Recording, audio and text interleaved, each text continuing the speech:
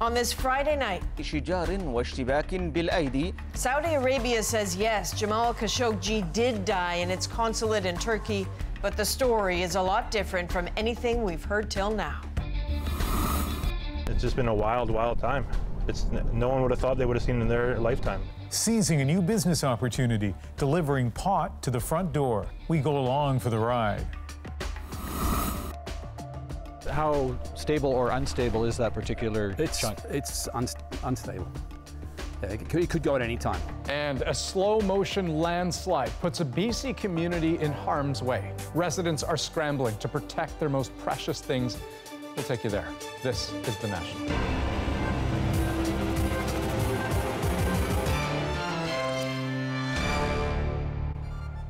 For more than 2 weeks, there have been accusations and denials, questions, but few answers.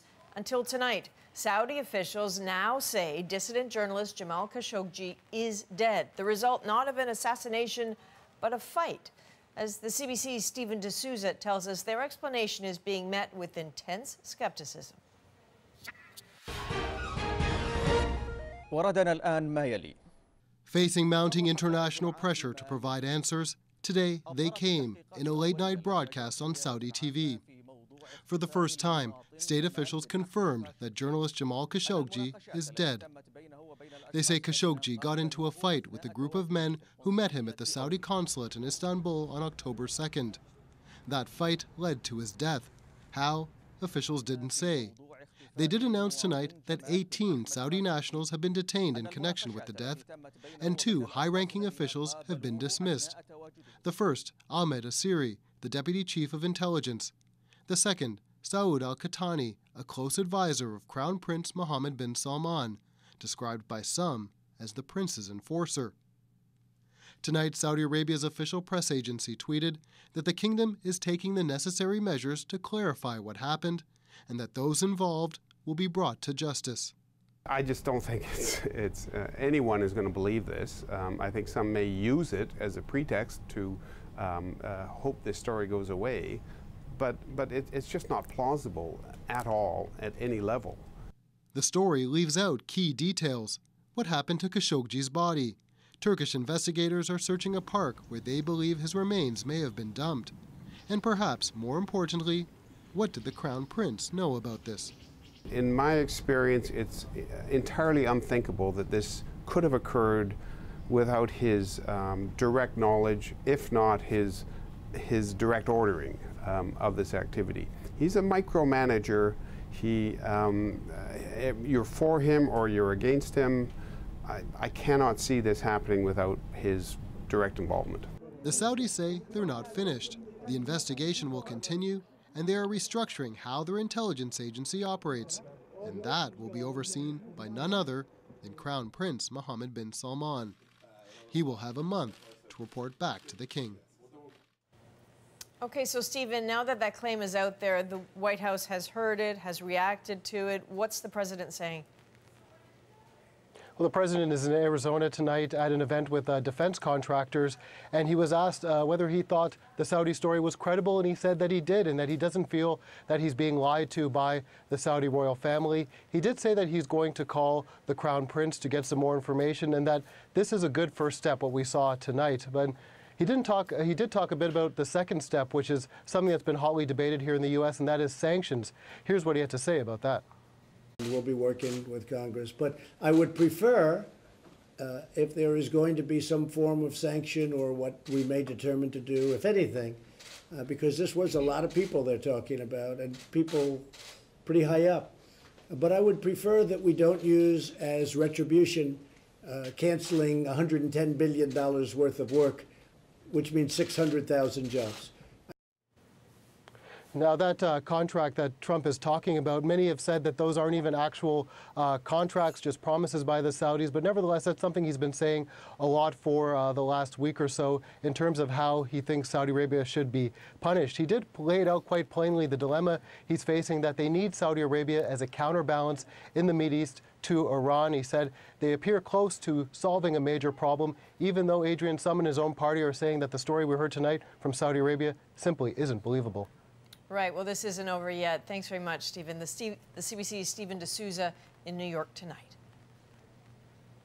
Well, they are 4,000 strong, men, women, and children on a desperate trek. They've been walking for days with little more than the clothes on their backs, exhausted but determined. Today, at the border into Mexico, they met police with riot shields and pepper spray. Some got through, some did not, but all of them swear they will not give up until they reach the United States. Yo me vine porque mi hija estaba perdida en la droga. Karen Avila says she fled Honduras to save her daughter from drugs and gang violence. She's hoping to get into Mexico with her 2 oldest children, but left her 6 younger kids behind for their own safety. If all goes well, she plans to send the money from the U.S. Daniel Tremino is more defiant, held up at the Honduras-Guatemala border. He says the law guarantees his right to move around the whole of Central America, though he concedes he'll have trouble getting into Mexico. And Alfredo Dominguez is thinking strategically. He's avoided the main checkpoint at the Guatemala border altogether, favoring instead a shortcut to avoid police. Like so many others, Dominguez calls life in Honduras unbearable. Their stories, their caravan has laid bare the deep chasm between Democrats and Republicans on immigration issues, something the U.S. president and his party are using as a key piece of their midterm election strategy. Ellen Morrow tells us why keeping them out is seen as a political opportunity. An arduous march, thousands weaving their way through Central America, their eyes on the American dream. God willing, the U.S. president will let us in, says this woman from Honduras. That is our proposal. But that won't happen. Without any proof, the president described the migrants like this. Many of those people, a percentage, fairly big percentage of those people are criminals, and they want to come into our country. Also without proof, Trump blamed the Democrats for the caravan. We are about law and order and borders and jobs, and they are about allowing crime to enter our country with open borders. For the president, it's about riling up his base before the midterms, less than 3 weeks away, and he's not alone. Now, the Democrats taking the House will ensure that this caravan of 4,000 eventually becomes a flow of 4 million. Fox News, Trump's network of choice, is also stoking fear. This cannot happen. The president continues to fearmonger around the issue of immigration. Eager for their own gains in November, Democrats, too, are turning to immigration. Unfortunately, he hasn't shown that he has any real solutions to the challenge of immigration. I believe that we can have effective border security and enforcement and also treat people humanely. The President of the United States, Donald J. Trump. Trump has 4 midterm campaign rallies in the next 5 days. It's almost certain his anti-immigration rhetoric will only get louder as Americans prepare to vote. Ellen Morrow, CBC News, Washington. Here's what else we're working on tonight on The National. The endless pursuit of views and likes has YouTubers burning out. So why these content creators don't believe it when YouTube says it's okay to take a break. Plus, 200 people wait and watch to see if they'll be allowed home or if a slow-moving landslide will destroy their town. But first, across the country, police are starting to crack down on pot's gray market. Just a couple of days after cannabis hit the legal market, authorities are cracking down on competitors which are flouting the law. If they're continuing to stay open under an illegal auspices, we will continue to close them down. This pot shop in St. John's was raided last night by Newfoundland and Labrador liquor inspectors. Today, customers found the doors locked. As well, Toronto police officers hit several dispensaries today. Many users have been turning to unlicensed suppliers after the authorized retailers sold out, with both brick and mortar stores and online sellers struggling to keep up. That includes Manitoba, where the business model is a bit different from most of the country. One company there is aiming to deliver pot in an hour or less. The CBC's Cameron McIntosh shows us how it works. He's no shady dial-a-dealer. Courier Curtis Ling is bonded, reliable, and now delivering pot. Did you expect to be this busy? I knew there would be high demand, but I mean, coming in day one, I had no clue what to expect. Take a slight right turn. He's fleet manager of Pineapple Express, a specialty courier dedicated to cannabis. In Winnipeg, it's just trying to keep up. It's just been a wild, wild time. No one would have thought they would have seen in their lifetime. Most provinces are offering online delivery in 1 to 5 days, mostly through government websites and Canada Post. Here in Manitoba, it works a little differently. Private stores can sell online. This one wants to be the first in Canada, delivering in under an hour. It's not quite there yet. Demand has been too high. 125,000 in online sales on its first day, so it's reallocating stock. For a while, the online is going to be a huge part. It's probably going to be about half because, there just aren't a lot of stores. This is Randy from Pineapple Express Delivery. How are you? Randy Rolfe is Pineapple Express's founder, with a background developing online food delivery. As staff pack and track orders to government standards, he's basically inventing hour or less cannabis delivery in Delta 9's stockroom. We're actually putting in different strategies into place that don't even exist. This is a lot more complex than skip the dishes. This is not delivering pizza. Nowhere in Canada is it legal to just leave a bag of pot on a doorstep or in a mailbox. Each delivery requires an ID check. Cars are unmarked for safety. Pineapple is hoping to eventually do this in other provinces. As a longtime courier, Ling knows this: delivery only works when it's trusted. I want to start a culture early with this team, and safety and security being one of the priorities. Meanwhile, the orders keep pouring in. Cameron McIntosh, CBC News, Winnipeg. And safety and security certainly a concern for legal grow operations as well. 4 workers at one Ontario operation were tied up during an armed robbery yesterday. It happened near Beaverton, Ontario. That's northeast of Toronto. Police say 5 suspects grabbed bags of dried marijuana. They got away in one of the workers' vehicles. There are serious questions tonight about the future of a community in northern British Columbia. Old Fort is home to about 200 people on the banks of the Peace River, about 400 kilometers north of Prince George. It's facing a scary and extremely unusual natural disaster, a landslide in slow motion. Here's the threat. The mountain above the community began to crumble at the end of September. It toppled power poles, pushed a house off its foundation, and cut the only road into town. For now, access is by boat only. Officials issued a mandatory evacuation order, and that gave residents a small window to grab what they could. Our Greg Rasmussen was there. One of many families facing disaster, the only access now by boat. A brief trip to salvage a few necessities. My stroller. Stroller for the baby underneath there, hockey gear, clothes, a bunch of extra clothes. The boat turns around, taking another group back to Old Fort. Paulette Blais had been living a peaceful retirement. Now her entire future is uncertain. Here we go. A neighbor takes her past deserted houses to her home, one of dozens under threat. Baking pans. And I do a lot of baking at Christmas time. With no power, she and her neighbors fear what will become of their homes when winter's -20 temperatures hit. I was kind of looking around at the people on the boat, and you could just see the range of emotion and sadness and kind of, I don't know, you can't even describe that feeling. Worried about losing everything, she grabs what's most important. Just trying to figure out which photos I still want to take with me. Penny is a friend of mine's dog that... Some are defying the mandatory evacuation order despite the threat of arrest. Nobody yet from the government said how they're going to keep our home secure. But officials insist he and a handful of other defiant residents should leave. They say it's a highly unusual disaster. You know, we're not sure exactly what caused it, but we're seeing the effects. Where the trees are is the initial slide. This gives you a really good idea of what's left to happen.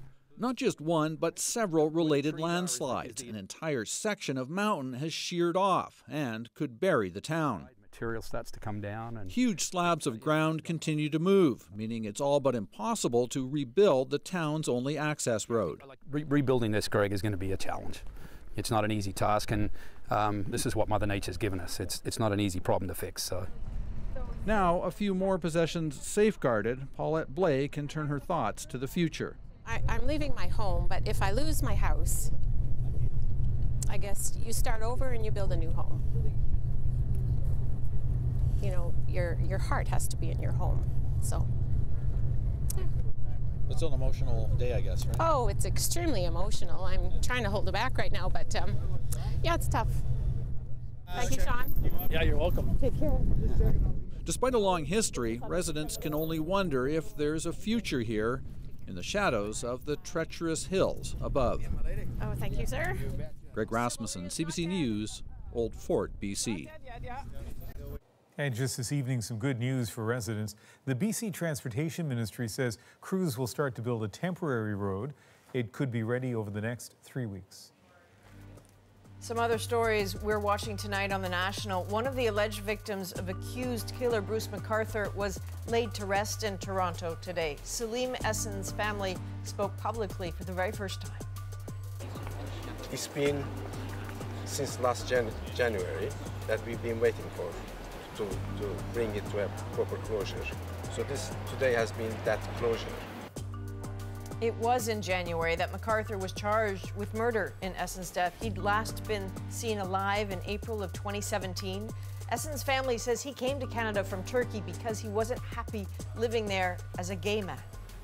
What makes me feel good to hear the positive stories from his friends, his braveness, his courage to meet new people, to settle in a new life. So that makes me feel better. McArthur is charged with 8 counts of first-degree murder. Many of his alleged victims had ties to Toronto's gay village, and this case has led to police creating the city's first ever missing persons unit. Hopefully we'll be able to better bridge the gap and say, you know, we've located the person or we know who that person is with one phone call as opposed to 17 phone calls across the city. The unit was launched quietly in July, and the team is said to be looking back over every missing persons case since 1990. Previously, the forces divisions didn't share information about such investigations with each other or outside agencies. Missing persons units have existed in a number of other cities for years. Still ahead tonight on The National, Louis C.K. is attempting a comedy comeback, but after admitting to sexual misconduct in the midst of the Me Too movement, should his audience give him another shot? The Pop panel is here to talk it out. Plus, 2 former soldiers joined Team Canada in the Invictus Games to help them heal from the trauma of sexual assaults they endured while serving. And making a living on YouTube. The pressure to constantly post new content has some creators tapping out. I just remember feeling always stressed. Like there was never a time where I felt relaxed. I always felt numb, but at the same time I felt like, I just felt extremely unhappy.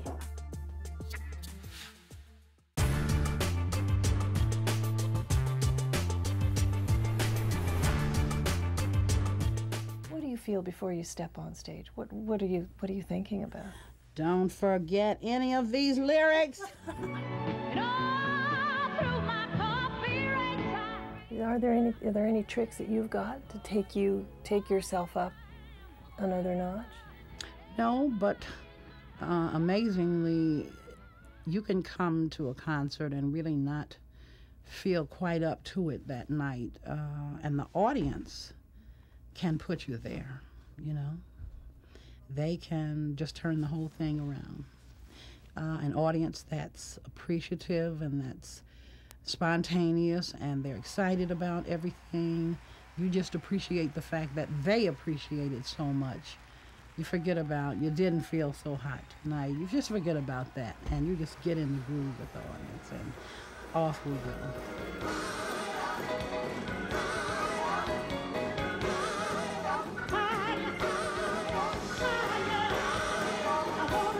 Singing feel like church to you? It depends on what I'm singing. Mm-hmm. Do you still go to church? Oh, of course. Of course. I'll always go to church. Mm-hmm. And I don't have to be in the building to go to church. Yeah.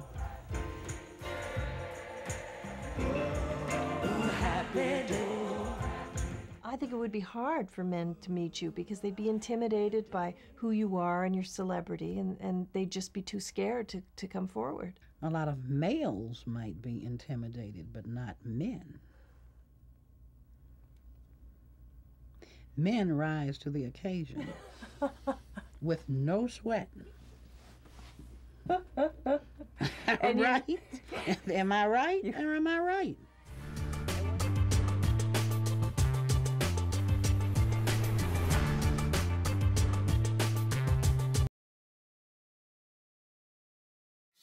And the Streaming Award goes to Superwoman!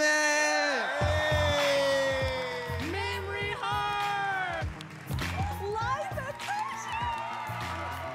Think of them as the Oscars of the internet. The 8th annual Streamy Awards are this coming Monday, bringing together the biggest YouTube stars and online entertainers.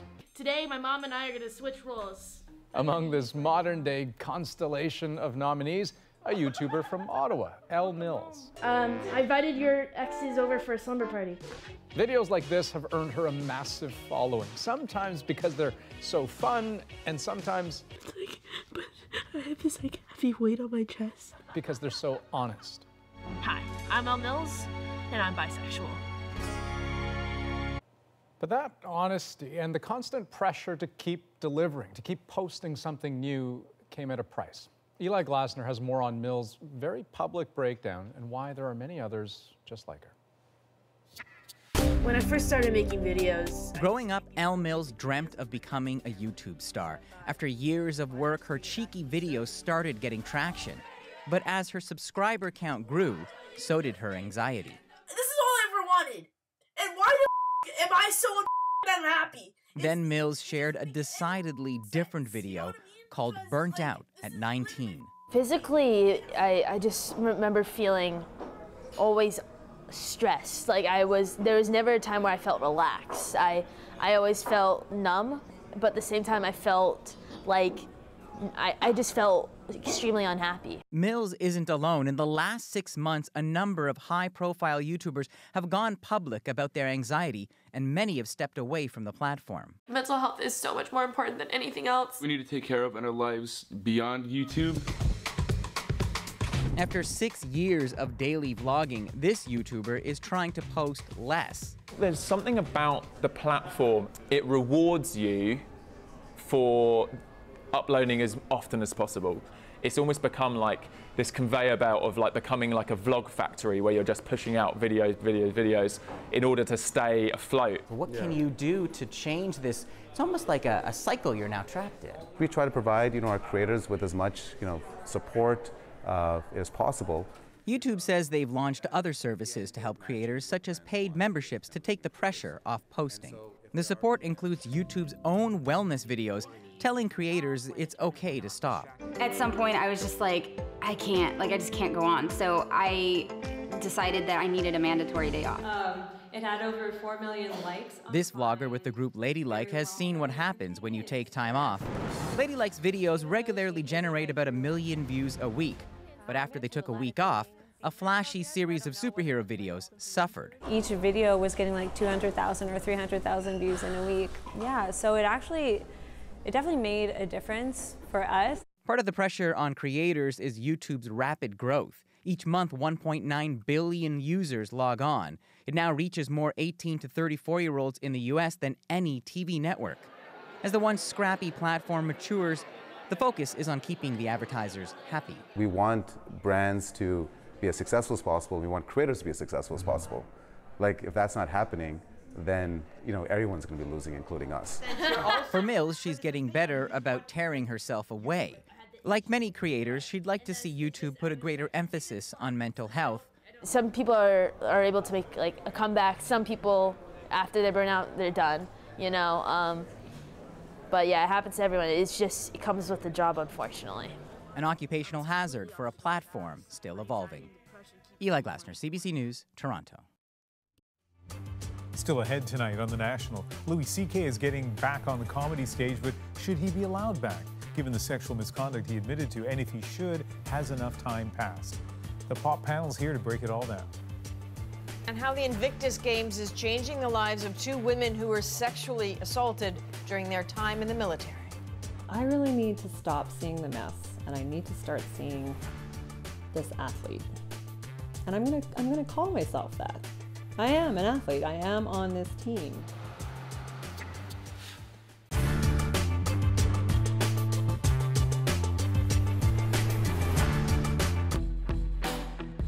To understand what the Assembly of First Nations is, the first thing you need to know is that it is not a government. The AFN is an advocacy organization for First Nations peoples.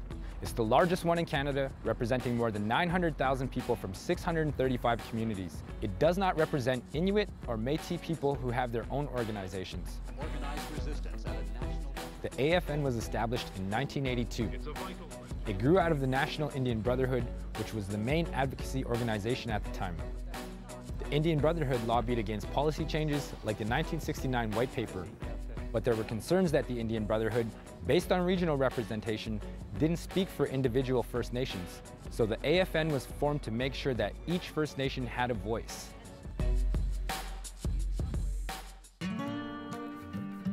The AFN's purpose is to advocate on behalf of First Nations people in dealings with the government and the public and private sectors. Land, health, education, natural resources, and housing continue to be top priorities for the AFN. It coordinates discussions and provides analysis on legislation and policy, and it lobbies for action on national issues like the legacy of residential schools and the rates of missing and murdered Indigenous women and girls. Its role can be challenging because not all First Nations share the same priorities. But as an organization that's mostly federally funded, it's viewed by the government as the primary point of contact on national First Nations issues. The leader of the AFN is the National Chief. The National Chief is part of an executive committee with 10 regional representatives and the chairperson for the Elders Council. Along with the Elders Council, the Youth and Women's Council raise community concerns to the AFN. The National Chief is elected by a voting member from each of the 635 First Nations. Each First Nations chief or their proxy gets one vote. This process means that despite the population of individual First Nations, they all carry the same weight in an election. In order to win the 3-year term, the National Chief needs to win 60% of the vote. While the AFN continues to advocate for Indigenous peoples, it has faced criticism by some First Nations, particularly in its dealings with the federal government. Despite that criticism, the AFN remains the largest voice for First Nations peoples across Canada. I want to say to you, all of you chiefs assembled here, we are the change. No one has jurisdiction over my children and my grandchildren and my family except me and my brother and my sister. And that is how nationhood begins, by taking responsibility for ourselves and for our future. And we always will find processes that unite rather than divide our people. That's the job. And when we look forward, we're an advocacy organization, no question. We're not a government. We need a national chief who can negotiate with Trudeau and the state of Canada without needing to share a laugh and take a selfie after. Don't get me wrong, I like selfies, but not with him. The results of the first ballot. Candidates, none of them have reached a 60% threshold.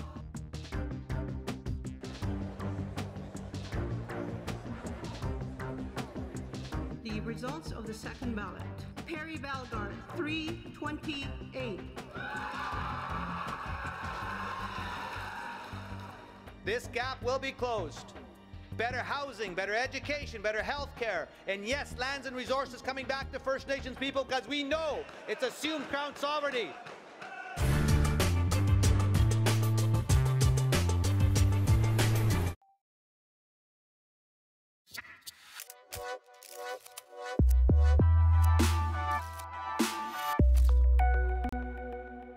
Last week, comedian Louis C.K. appeared on stage at New York City's Comedy Cellar with some new material. Some people are shocked that he thinks he's done enough time in the penalty box. It's admitting to sexual misconduct, about how everybody hates him now. But honestly, boo-hoo. I'm Sarah Bosveld, senior writer for Chatelaine. I'm Stephen Marsh, random Toronto writer. I'm Donovan Bennett, host and staff writer for Sportsnet. Louis C.K.'s return brings us back to a central question brought up by Me Too. How do we deal with men who have committed misconduct? Is there a way for them to come back? You know, the problem with social media shaming as a form of power is that ultimately it's totally unsatisfying. It doesn't really get us to a sense of justice having been achieved, and it really doesn't give anyone a chance to atone because there's no punishment. I'm not saying Louis C.K. shouldn't ever work again. I'm just saying that these guys who are coming back now should really stop painting themselves as the victims here. I think the Me Too movement has seriously overrated how much ordinary people care about the morality of artists. So Louis C.K. beginning the comeback and popping up in New York City comedy clubs. He's finally starting to address the sexual misconduct that derailed his career last year. So how does a comedian do that? Well, by making jokes. But the question is it too soon? Donovan.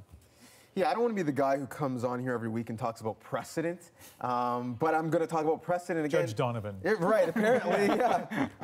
The pop culture Supreme Court, because it's a slippery slope, and I don't want to be a part of a culture where we are putting people on exile island, and he should be able to work his craft.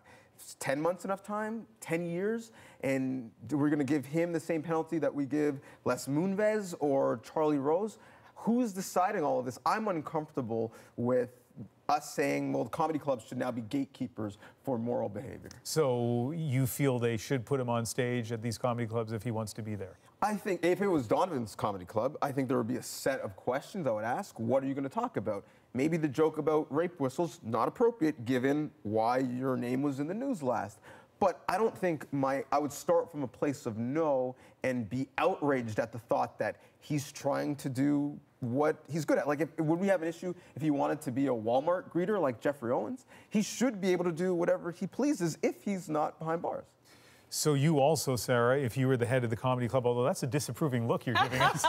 But I was giving you some kind of look. You also would talk to Louis C.K. if you ran the comedy club, and he would have to satisfy you that he deserves a chance to be on stage. Well, I think so, and I just think that it is the way he's come back so far has been making material out of his misfortune, and I think that is far and away, separate from the whole point of this, which is that he behaved in such a ludicrous way. He acknowledged it, which a lot of men in the whole Me Too moment had not done. He apologized in a way that was like, I'm sorry if I offended you kind of thing. And I think he's totally great to come back and work. I don't think we should be exiling him either, but I do think that he should be doing a lot more to show that he is acknowledging and doing the work to not be that guy anymore. Instead though, and a lot of men have been doing this, they've been saying, oh, poor me, I've been victimized by this moment that we're in. And I think that removes us from the point of why we're in this moment to begin with, which is that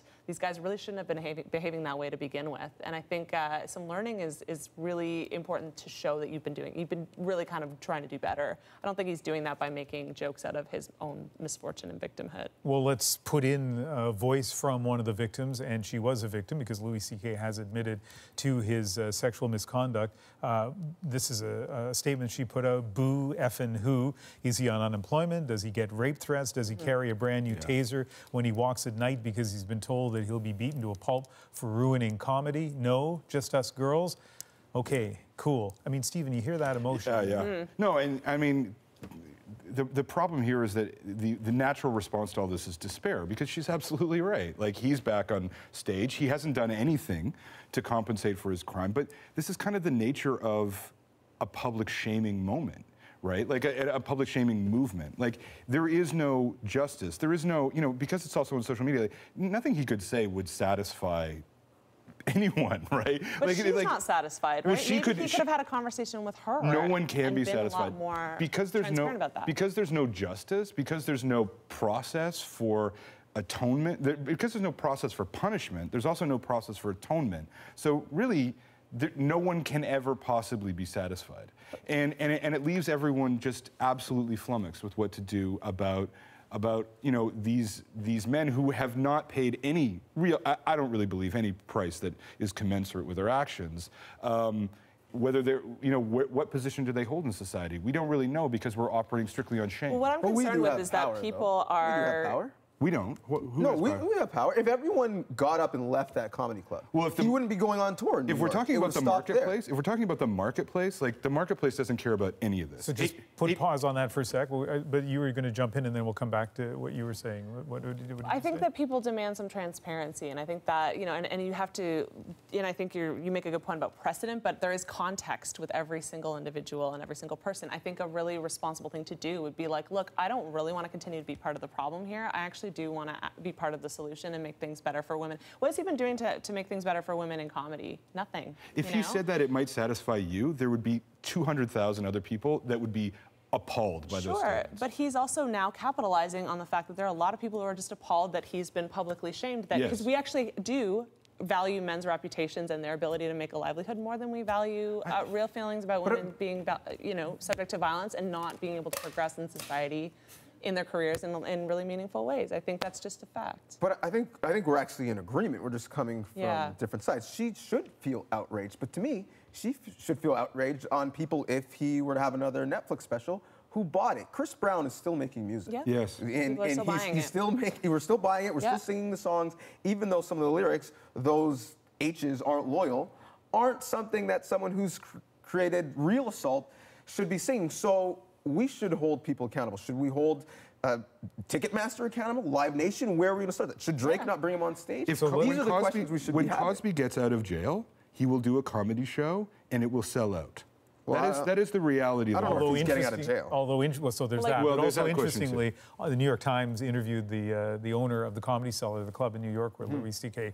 first appeared, and it sounded to me like the owner said, although he doesn't like drawing lines, he would draw a line and not allow Cosby on stage. Let's stop for a second though, because keep in mind it's not just Louis C.K. It's Matt Lauer, it's Charlie Rose, it's a handful of other people who have been either accused of or found guilty of or admitted to misconduct, and society's got to figure out, the entertainment world has to figure out how to bring them back. And one of those people banished from pop culture is Roseanne Barr. This week we saw her rebooted program come back. I guess it's not her program anymore. What's it called? Connors, I guess? Connors. Connors. What do you think the lesson is of this program coming back without her after she sent out a tweet that many people found offensive? Stephen? Well, I mean, it is kind of to your point. Like, men can be forgiven, but she cannot. Yeah. But it's also that, I mean, there is a difference in the sense that it was never that the market didn't want her. It's just that people wouldn't work with her, right? Like, that's what caused the breakdown of this show. I mean, the thing that's really interesting about it is that it's so successful. And I mean, I attribute it in part because there's just no poor people on, like, the only place other than this show where you can see poor people on television is Cops, right? Like those reality TV, reality television, but not even reality, because reality television is like people in huge mansions giving each other roses. Fair enough. So like this is the real invisibility in the marketplace is poor people. And so I think, it's very interesting that, the person who headlined that show would actually be the one who's casted to real outer darkness. Because I want to get to one last topic, 30 seconds each on the lessons of Roseanne. Yeah, I think it's interesting. I did take a double take when they said the Connors are coming back, and obviously they have to honor the contracts of the people who've already agreed to work there. But I'm kind of with Stephen on that front, where I think the ratings for Roseanne when it first came back were through the roof. Trump commented on how great the ratings were, and he, there's a lot of awareness that a lot of his supporters were like that show as well. So people felt seen with that show, and I think the networks, who are also competing with Netflix and a lot of prestige television, are really doubling down and saying this is still worth doing and still worth pursuing. I say all the time, representation matters in media. And when I say that, I'm often talking about minorities. But if I'm consistent, it also means for conservatives, for people in the middle of America. And I think the success of this show and why it still exists without her is because, for once, in the arts, we are seeing conservatives and that family dynamic being celebrated. I owe Rosemary Barton also, I think it's $5, because I bet that one of the 400 channels out there would have brought Roseanne back with her own show, and so far it hasn't happened. I don't think it's going to happen. Okay, we really only have 10 seconds each for this. We're not going to talk about pot, other than to ask you of your favorite kind of stoner character in pop culture. When you said favorite, I wasn't sure where you were going. That's right. Your choice? To me, it's not a character, it's a person. It's Dave Chappelle, who, you know, we're talking about pot being normalized. He's been doing that for a while. The movie Half Baked was pretty much about that. And even though I'm not a user, I feel like I understand the culture thanks to Chappelle. Willie Nelson, Carter administration, White House. I don't think I need to say any more. Very nice. Sarah? That was so on brand for me. It's like a country star. Yeah. No, but I'm going to say The Big Lebowski, The Dude Abides, and also it's a good tagline for our whole pop culture panel is like, that's just your opinion, man, is like the best quote of his ever. So that's what I say to all of us. And as a university student from the 1980s, there's really only one choice for me, Spicoli, Fast Times at Ridgemont High. There you go. And so we'll just think about those characters as we fade to black here. Thank you very much. Thanks to all of you. Thank you for having us. Pleasure. Later on the National, a 96-year-old Second World War veteran thought he was just watching an air show in Moose Jaw today, but the Canadian Forces Snowbirds had a very different plan. I have a close association with the Snowbirds, and I've seen been to all the air shows. Wouldn't it be great if someday I could become an honorary snow member? And here, behold, today I'm an honorary snow member. And in case you missed it,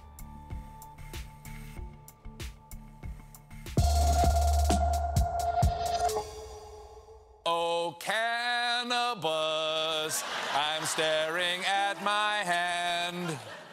surprise, surprise, comedians kept the pot jokes coming this week. What with Canada's historic legalization of recreational cannabis, you could tell Stephen Colbert and company were having a pretty good time. There's going to be a lot of pot tourism, and Canada is ready to attract visitors with this new ad.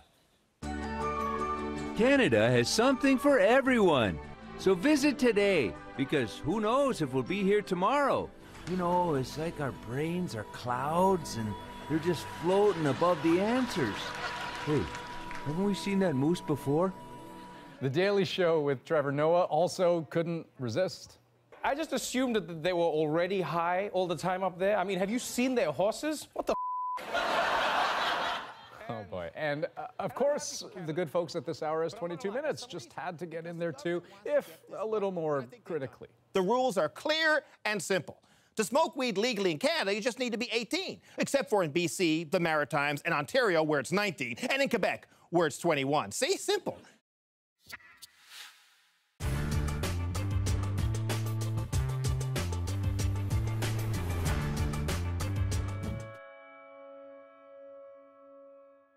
The Trump-Canada relationship started off on the right foot and with a strong handshake, a reassuring sign given Trump's previous string of awkward embraces. We have a very outstanding trade relationship with Canada. But Justin Trudeau's charm offensive appears to have worn off, and the list of Trump's beefs with Canada is only growing.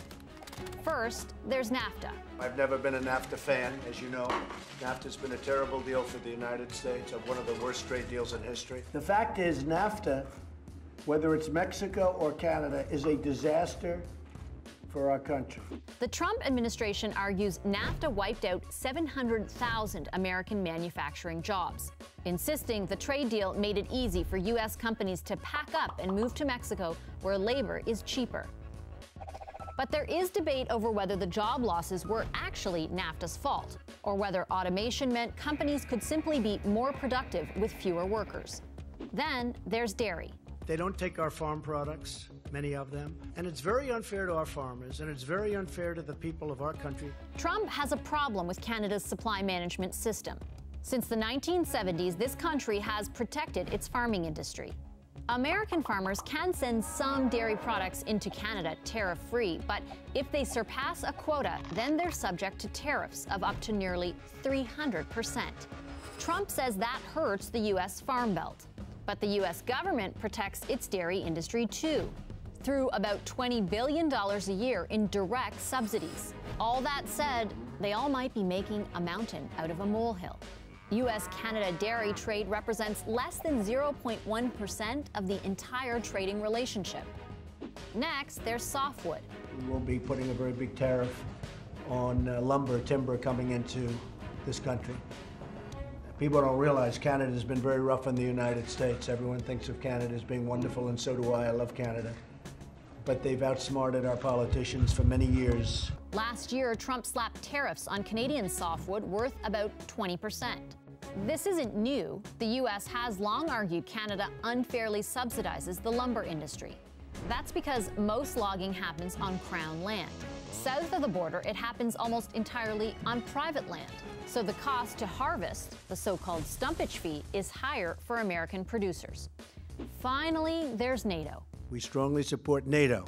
We only ask that all of the NATO members make their full and proper financial contributions to the NATO alliance, which many of them have not been doing. Either they pay up, including for past deficiencies, or they have to get out. And if it breaks up NATO, it breaks up NATO. For years, Canada's defense spending has been among the lowest in NATO. In 2014, all NATO members agreed to work towards spending 2% of their GDP on defense by 2024. Last year, the Liberals pledged to boost spending by 70% over the next decade. But even if that actually happens, it will still only bring Canada's total defense spending to just 1.4% of its GDP. The feds argue it's not about cash, but how countries contribute to NATO, like, for example, through troop deployment. NATO, NAFTA, dairy, and softwood. There's a lot that bothers Donald Trump about Canada. And believe it or not, the list could grow. Trump isn't even halfway through his 4-year mandate.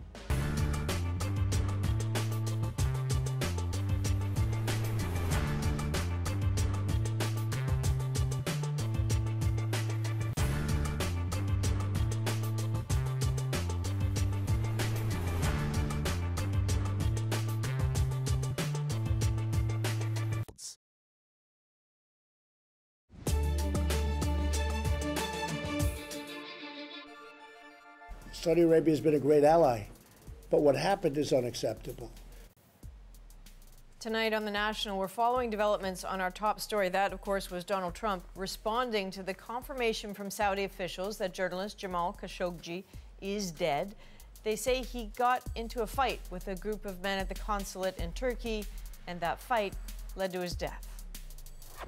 They're saying there was a fight, but that's a theory that was put out. But they're going to be giving us a full report. But they have arrested a large number of people. And good first step. Actually, Saudi Arabia officials say 2 high-ranking officials have been dismissed. 18 Saudi nationals have been detained. Moi, je voulais sauver les gens. Je voulais sauver les gens. Also tonight, the man who pleaded guilty to murdering 6 people last year at a Quebec City mosque had his sentencing pushed back again. Today, the judge in Alexandre Bissonnette's case says he still has unanswered questions and may not be ready now until January. Bissonnette also pleaded guilty to 6 counts of attempted murder. And Prince Harry spent his day charming the people of Sydney, Australia, where just hours from now, the Invictus Games are set to begin. Lots of fun obviously had on Bondi Beach, but Harry is also keen on spreading a serious message about mental health. He founded the Games to give purpose and fellowship to former soldiers who were wounded or traumatized during their service. To hear Prince Harry say that asking for help is not a sign of weakness, it's a sign of strength. It's just going to show people all around the world, no matter how good their family is, no matter where they're from, it's okay to reach out for help. 2 Canadian women are among the 500 people set to compete. They're keen to move past the sexual trauma they suffered in the Canadian Forces. Before they left, they spoke with the CBC's Carolyn Dunn about what they've endured and how these games might help heal their invisible wounds. MJ Batek powers through another training session in the pool. Just last fall, the idea of competing in the Invictus Games was unthinkable for this mother of 2. I'm not an athlete, like I'm broken. Like I have days that I have a hard time getting down my stairs. Batek is a military veteran with PTSD. Her injuries don't stem from combat, but rather sexual and domestic assault she suffered in the service. It's completely debilitating terror. She met Major Donna Rigadel at a Wounded Warriors retreat in Banff. The 2 joined the private Facebook page called It's Just 700. It was created when a commission of inquiry into military sexual misconduct issued a report based on the accounts of 700 alleged victims. Its creator, Marie-Claude Gagnon, says it was backlash from Canadian Forces members that was most hurtful. Some people got into distress. There was suicide attempts that night, so that's why I decided that night, very late, to create a group. It was Rigadel who convinced Patek to apply for the Invictus Games with her. And as their long-distance friendship deepened, Patek told Rigadel that as a 17-year-old reservist, she was sexually assaulted, allegedly at the hands of a course instructor.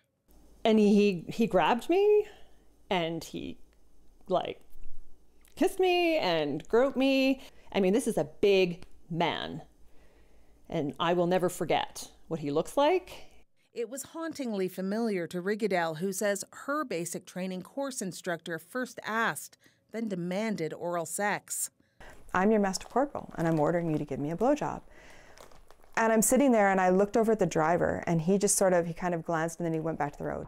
The two women compared notes and discovered they'd had the same instructor, but it was they who paid the price, shunned by some peers, even given cruel nicknames. Patek went on to train to become one of the first female officers in the artillery. At the Royal Military College, she thought the culture would be different, a thought that evaporated when another woman handed her a coat hanger and counseled, "This is how you lock your door. You use this coat hanger and you lock your door, because if you don't, a fourth year will come in here after they've been drinking at the pub and they're going to rape you." With a crippling lack of self-confidence, MJ Patek says she entered into a volatile marriage that was even worse when it ended. Her estranged husband showed up at her home drunk, depressed, with a rifle. And I could hear the rifle load. I know what bolt action sounds like. And I'm like, oh my God, we're going to die.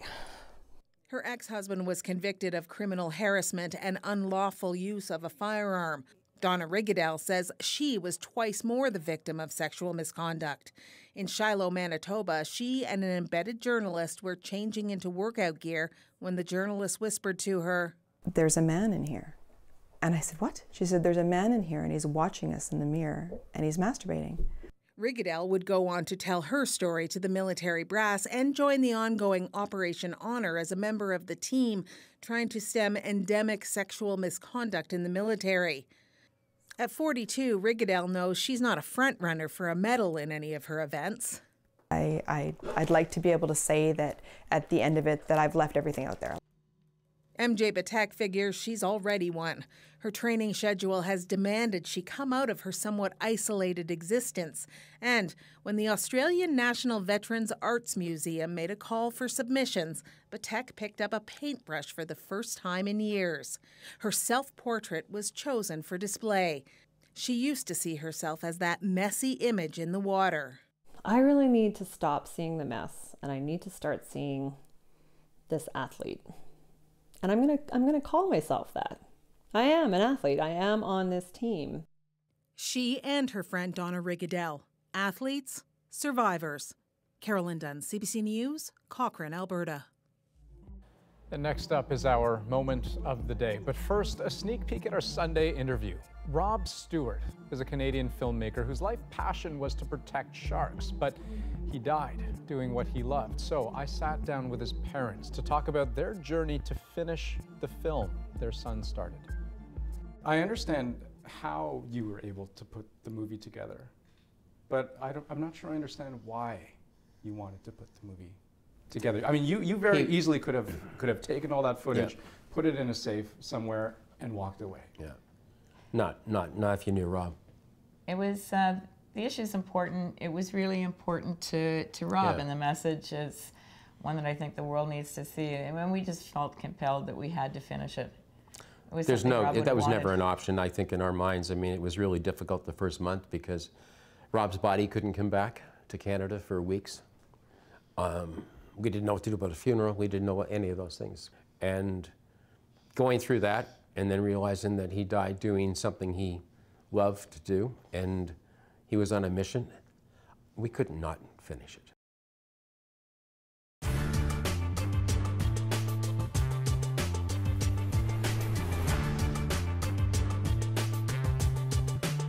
Paradise Papers are the latest document leak to reveal how thousands of Canadians keep money offshore and how this problem is growing. Now, other leaks have shown how the wealthy use tax havens to avoid paying taxes. What this one shows is the extent to which Canada has become a major player in this game. So, what are tax havens and why are they a particular problem for Canada? Here's a quick run through on how they help people avoid paying tax. If you want to move your money abroad, you have to have someone set up a company or a trust.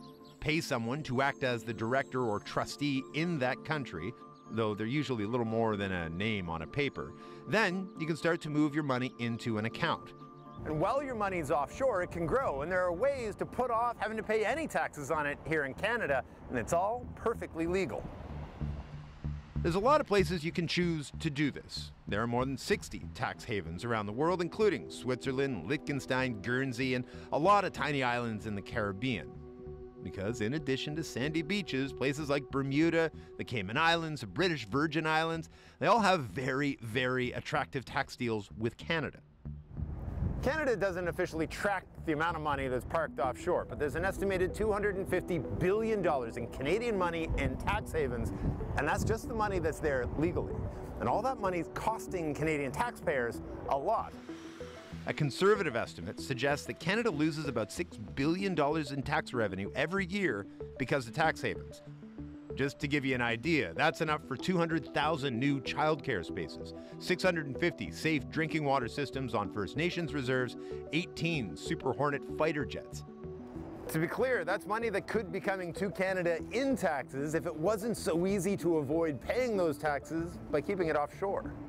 But it's not always done legally. Because these tax havens have very strict secrecy laws, those laws can be used for illicit ends. Which is why they can be used to launder money, hide money from, say, your spouse, or conceal illegal activities, because it can be hard to tell what money's yours and where it came from. So, why hasn't Canada cracked down on the rules that allow this to happen? Good question. Some politicians have tried to make the rules tougher, but instead of cracking down, Canada's made it in some ways easier to avoid tax this way.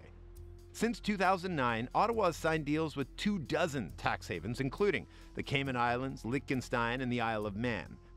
These deals are designed to compel those countries to share more information about Canadians who have accounts and money there, so less secrecy. But in exchange, they actually make it easier for Canadian companies to set up there and bring home the profits tax-free.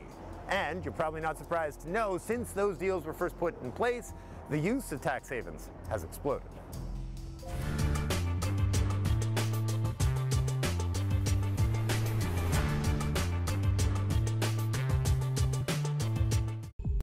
The fate of the world lies in your hands. Murdoch is forced to play a role You must become a Frenchman. that makes him a target. Someone's trying to kill me. You must live to sign this treaty. Murdoch Mysteries, Monday at 8 on CBC. Meet Reg Crash Harrison. The 96-year-old veteran got that nickname because he survived not one but 4 different plane crashes during the Second World War. Over the decades, he's received many honors, but he got another one today, and things were a little bit different. First, it was honorary membership in the Snowbirds. Secondly, it was a surprise. And finally, it's our moment. Well, I often said to my families I have a close association with the Snowbirds, and I've seen been to all the air shows. Wouldn't it be great if someday I could become an honorary snow member? We couldn't think of a better person who's survived 13 Allied bombing missions over occupied Europe and 4 airplane crashes.